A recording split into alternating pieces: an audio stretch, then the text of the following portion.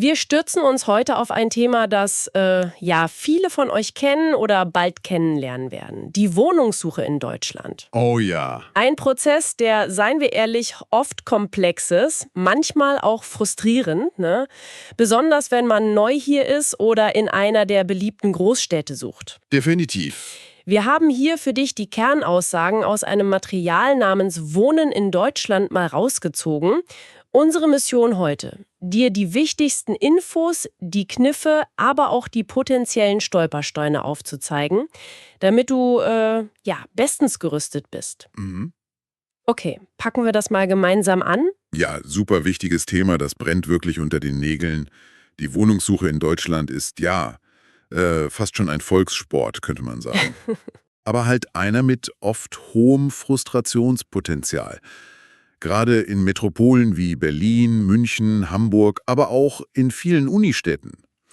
Da trifft eine riesige Nachfrage auf ein Angebot, das einfach nicht mithalten kann. Das ist das Problem. Ja, das merkt man. Das treibt nicht nur die Preise, sondern macht auch den gesamten Prozess extrem wettbewerbsintensiv. Daher ist es absolut entscheidend, die Spielregeln zu kennen und strategisch vorzugehen. Strategisch. Okay. Ein gutes Verständnis des Ablaufs, so wie es in unseren Unterlagen auch beschrieben wird, das kann echt den Unterschied machen zwischen Erfolg und, endloser Suche. Okay, fangen wir mal ganz praktisch an. Wo sucht man denn überhaupt? Also wo findet man Angebote? Die Unterlagen nennen hier natürlich als erstes die großen Online-Portale. Namen wie immobilienscout24.de oder immowelt.de, die sind ja die Platzhirsche. Die kennst du wahrscheinlich. Ja, die kennt jeder. Da findet man das Gros der offiziell ausgeschriebenen Wohnungen und Häuser. Aber das ist ja nicht alles, oder? Nein, bei weitem nicht. Diese Portale sind zwar oft der erste Anlaufpunkt, klar, und die bieten auch einen breiten Überblick, aber unsere Quelle weist auf was hin, das man vielleicht als die zweite Ebene der Suche bezeichnen könnte. Okay. Zum einen sind das spezialisierte Portale wie wggesucht.de. Das konzentriert sich, wie der Name schon sagt, auf Zimmer in Wohngemeinschaften. Da kommen wir später noch genauer zu. Ah ja, WGs. Und zum anderen, und das wird in den Unterlagen auch deutlich betont, gewinnen soziale Medien an Bedeutung.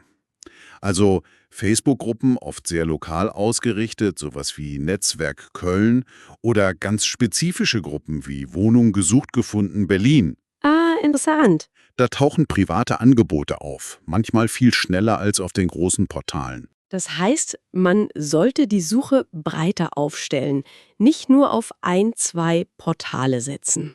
Genau. Interessant ist ja auch dieser Begriff, der immer wieder fällt, Vitamin B. Das klingt ja erstmal harmlos. Aber was steckt da laut unseren Quellen genau dahinter, bezogen auf die Wohnungssuche? Vitamin B, B wie Beziehungen, das ist laut dem Material oft der heimliche Königsweg, gerade in angespannten Märkten. Aha. Es bedeutet schlicht, dass persönliche Kontakte Gold wert sind. Die Quelle legt nahe, dass ein signifikanter Teil der Wohnungen, besonders die guten und preislich fairen, gar nicht erst auf den Portalen landet. Echt? Die gehen quasi unter den Tisch weg. Genau. Die werden über Freunde, Kollegen, den Sportverein oder die Nachbarschaft weitergegeben. Jemand zieht aus, erzählt es im Büro und zack, weiß ein Kollege Bescheid, bevor die Anzeige überhaupt online ist. Wahnsinn. Das ist faszinierend, wie stark dieser informelle Markt offenbar ist. Die Empfehlung lautet daher klar: Streu die Info, das du suchst, in deinem gesamten Netzwerk. Überall erzählen. Ja, genau. Manchmal kommt der entscheidende Tipp aus einer völlig unerwarteten Ecke. Das zeigt ja, wie wichtig auch das Soziale bei dieser, eigentlich administrativen Suche ist. Okay, nehmen wir an, man hat eine vielversprechende Wohnung gefunden. Egal ob online oder durch Vitamin B. Dann kommt der Schritt, der viele, die das System nicht kennen, erstmal überrascht. Unsere Quelle beschreibt es ja sehr treffend. Man bewirbt sich auf eine Wohnung fast wie auf einen Job. Ja, genau so ist es. Hier wird es wirklich interessant. Das geht ja weit über eine einfache Mail hinaus. Absolut. Das Wort Bewerbung ist hier wörtlich zu nehmen. Die Unterlagen listen ja detailliert auf, was Vermieter in Deutschland typischerweise erwarten. Um das Risiko einzuschätzen, nehme ich an. Genau. Es ist im Grunde ein Vertrauensvorschuss, den der Vermieter gibt und den möchte er absichern, logisch. Standardmäßig gehört dazu eine Kopie vom Perso oder Reisepass zur Identifikation. Klar. Dann, ganz zentral, Einkommensnachweise. Üblich sind die Gehaltsabrechnungen der letzten 3 Monate. Okay. Oder bei Selbstständigen halt entsprechende Nachweise wie eine BWA oder Steuerbescheide. Der Vermieter will sehen, kann sich der Bewerber die Miete auch dauerhaft leisten. Macht Sinn. Gibt's da eine Faustregel? Ja, oft gilt so, die Warmmiete sollte nicht mehr als etwa 1/3 vom Nettoeinkommen ausmachen. Ungefähr. Gut zu wissen. Und dann gibt's ja noch diese 2 Dokumente, die gerade für Neuankömmlinge oft Fragen aufwerfen. Die Mietschuldenfreiheitsbescheinigung und diese berühmte Schufa-Auskunft. Ja, die Klassiker. Bei der Mietschuldenfreiheitsbescheinigung, was ist, wenn man die nicht hat? Zum Beispiel, wenn man zum ersten Mal eine eigene Wohnung mietet, von den Eltern auszieht oder gerade erst nach Deutschland gekommen ist. Ist man dann raus? Das ist ein guter Punkt. Diese Bescheinigung sagt ja nur, dass man beim letzten Vermieter keine Schulden hinterlassen hat. Ist für viele Vermieter ein wichtiges Zeichen für Zuverlässigkeit. Okay. Wenn man sie nicht hat, weil man Erstmieter ist, sollte man das offen sagen. Laut den Hinweisen im Material kann dann manchmal eine Bürgschaft helfen, zum Beispiel von den Eltern. Ah, okay. Das gibt dem Vermieter die nötige Sicherheit. Es ist aber nicht automatisch ein K.O.-Kriterium, wenn man gut erklären kann, warum man die nicht hat. Verstehe. Und die Schufa? Die wird ja als quasi unverzichtbar beschrieben. Warum ist die so zentral? Die Schufa, ja, das ist die Schutzgemeinschaft für allgemeine Kreditsicherung, die größte Kreditauskunft da hier. Die sammelt Daten zum Zahlungsverhalten von fast allen Erwachsenen im Land. Also Handyverträge, Kredite. Genau. Handyverträge, Kredite, Girokonten, aber eben auch, ob Rechnungen pünktlich bezahlt wurden. Eine positive Schufa signalisiert dem Vermieter, der Bewerber ist zuverlässig mit seinen Zahlungen. Und eine negative? Eine negative Auskunft, ja, durch unbezahlte Rechnungen oder geplatzte Kredite, das ist oft ein K.O.-Kriterium. Leider. Und für Leute, die neu nach Deutschland kommen, die haben ja vielleicht gar keine Schufa-Einträge am Anfang. Stimmt. Das System ist oft unbekannt. Auch hier. Kommunikation ist wichtig. Manche Vermieter akzeptieren vielleicht alternative Bonitätsnachweise aus dem Herkunftsland. Aber nicht alle. Nee, eine deutsche Schufa-Auskunft wird meist bevorzugt, sobald man hier gemeldet ist und erste Verträge hat. Die Quelle weist auch darauf hin. Man kann einmal im Jahr eine kostenlose Datenkopie nach Artikel 15 DSGVO anfordern, um die eigenen Daten zu checken. Das ist gut zu wissen. Aber für die Bewerbung braucht man die andere, die kostenpflichtige. Ja, für die Wohnungsbewerbung braucht man meist die kostenpflichtige Bonitätsauskunft. Okay, das ist ein wichtiger Hinweis mit der kostenlosen Kopie zur Selbstprüfung. Man sollte also frühzeitig dran denken, diese Unterlagen alle zusammenzukriegen. Unbedingt. Weil ohne komplette Mappe, wie du sagst, sinken die Chancen halt erheblich. Ganz klar. Kommen wir zu einem anderen Punkt, der die Gemüter oft erhitzt: die Kosten. Unsere Quelle bestätigt, was viele ahnen: die Mietpreise in Deutschland sind ein Flickenteppich. Die Unterschiede sind enorm, oder? Absolut riesig. Ja. Die Unterlagen zeichnen da ein klares Bild. Metropolen wie München, Frankfurt, Stuttgart, Hamburg und Berlin sind mit Abstand am teuersten. Da reicht das Beispiel für Berlin ja schon. 600 bis über 1000 Euro für ein Zimmer. Kalt. Genau, Kaltmiete. In München oft noch mehr. Selbst in mittelgroßen Städten oder Unistädten ziehen die Preise an. Und wo ist es günstiger? Deutlich günstiger wird es meist erst in ländlichen Regionen oder kleineren Städten, die weiter weg sind von den großen Wirtschaftszentren. Logisch. Aber die Quelle betont auch, selbst innerhalb einer Stadt können die Preise stark variieren. Je nach Lage, Zustand, Ausstattung. Klar, sanierter Altbau im Trendviertel kostet mehr als Platte am Stadtrand. Eben. Und bei den Kosten lauert ja noch eine Tücke, die man unbedingt verstehen muss: Kaltmiete versus Warmmiete. Das wird in unseren Unterlagen als essentiell hervorgehoben. Kannst du das nochmal auseinandernehmen? Sehr gerne, denn das ist wirklich fundamental. Also, die Kaltmiete ist die reine Miete für den Wohnraum. die Grundmiete sozusagen. Okay. Die Warmmiete hingegen, die enthält zusätzlich die sogenannten Betriebskosten oder Nebenkosten. Das sind Vorauszahlungen für Leistungen, die der Vermieter fürs Haus erbringt und auf die Mieter umlegt. Was gehört da so rein? Heizung. Ja, typischerweise Heizung und Warmwasser, oft der größte Posten. Aber auch Kosten für Frischwasser, Abwasser, Müllabfuhr, Grundsteuer, Gebäudeversicherungen, oft auch Hausmeister, Gartenpflege oder Treppenhausreinigung. Und Strom? Strom für die eigene Wohnung zahlst du als Mieter meist direkt an den Energieversorger. Der ist also in der Warmmiete normalerweise nicht drin. Verstehe. Wenn wir das mal ins größere Bild rücken. Die Nebenkosten können, wie die Quelle andeutet, locker 2 bis 3 Euro pro Quadratmeter betragen. Manchmal mehr. Das läppert sich. Ja, bei einer 70 Quadratmeter Wohnung sind das schnell 150, 200 Euro oder mehr pro Monat. Zusätzlich zur Kaltmiete. Puh. Deshalb immer genau prüfen, ob ein Preis als Kalt- oder Warmmiete angegeben ist, um die tatsächliche monatliche Belastung realistisch einschätzen zu können.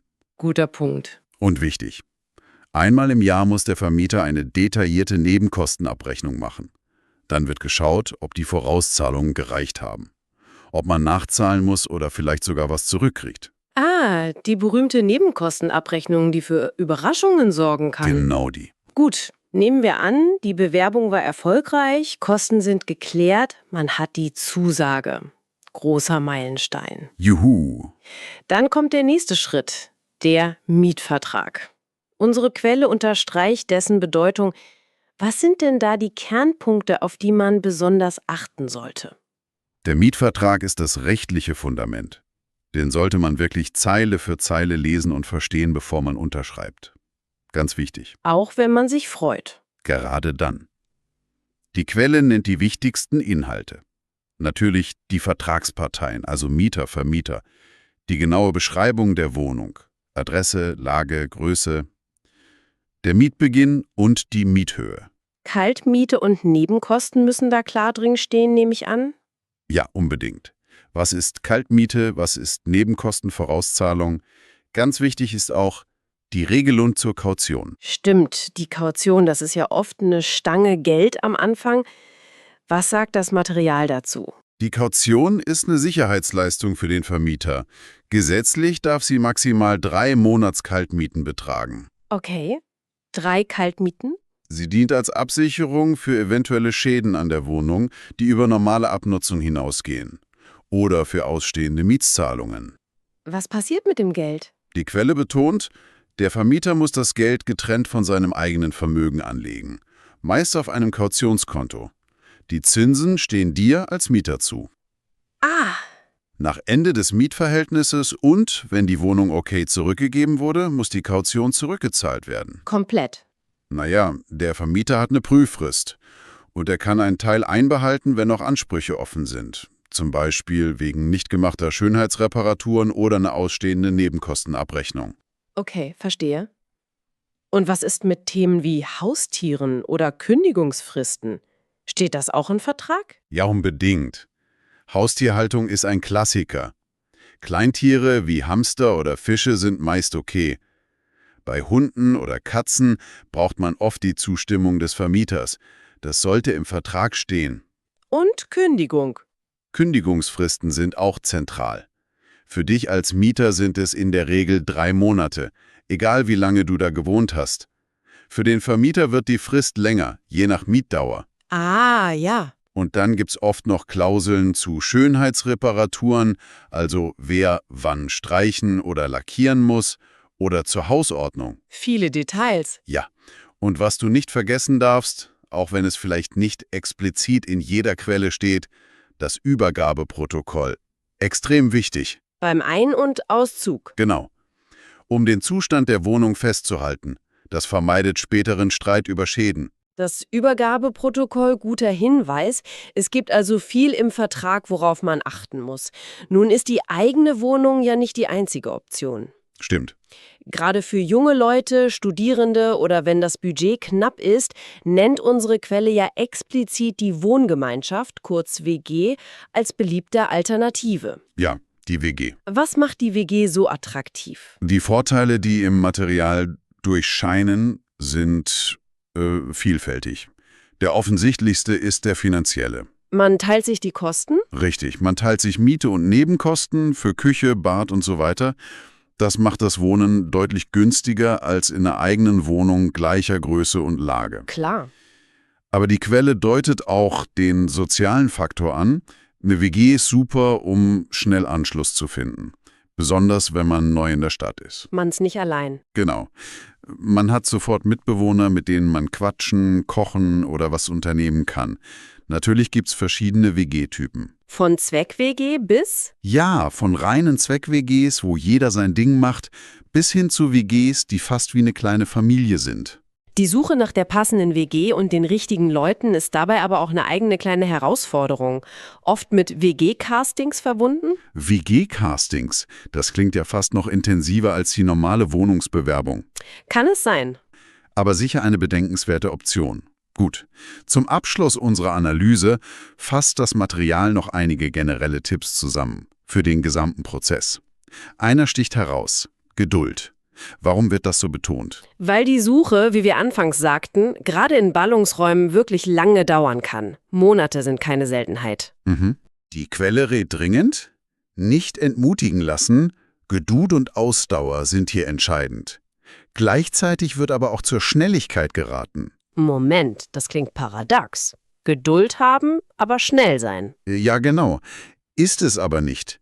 Geduld brauchst du für den Gesamtprozess, weil es dauern kann, bis das Richtige dabei ist. Okay. Schnelligkeit brauchst du aber im Moment, wenn eine passende Anzeige online geht. Gute, fair bepreiste Wohnungen sind oft innerhalb von Stunden, manchmal Minuten mit Anfragen überflutet. Wahnsinn. Die Quelle legt nahe: Wer hier Erfolg haben will, muss seine Unterlagen parat haben und sofort reagieren. Am besten mit einer netten, angepassten Anfrage. Alles klar.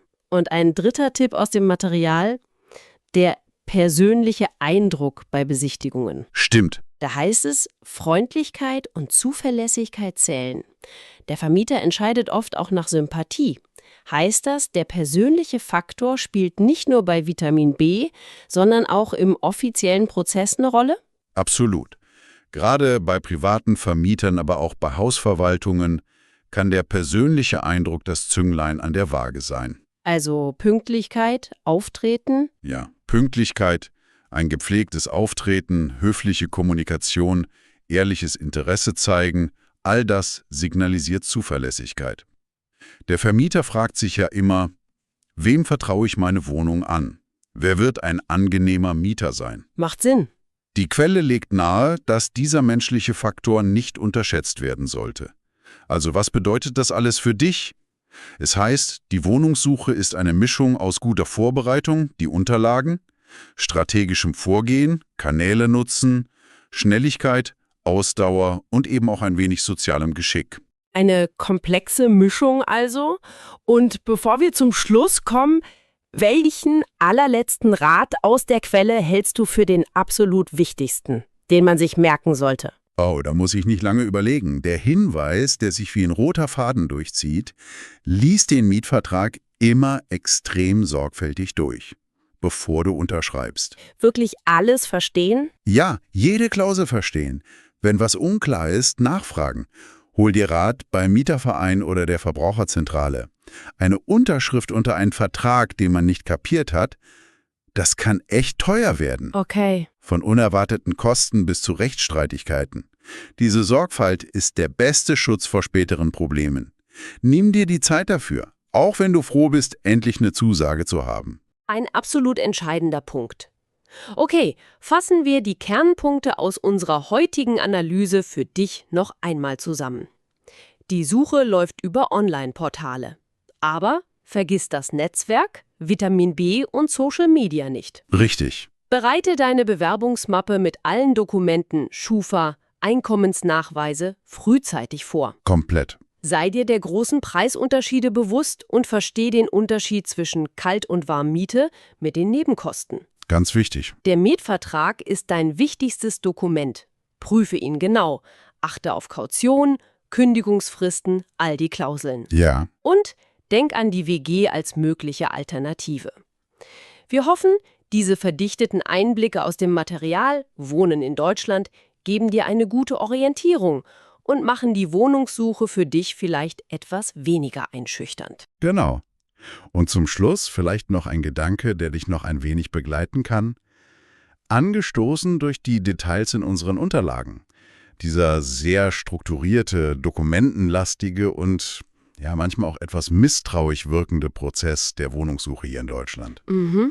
Mit Schufa-Check, detaillierten Einkommensnachweisen, Mietschuldenfreiheitsbescheinigungen. Was sagt das eigentlich über die Kultur hierzulande aus? Interessante Frage.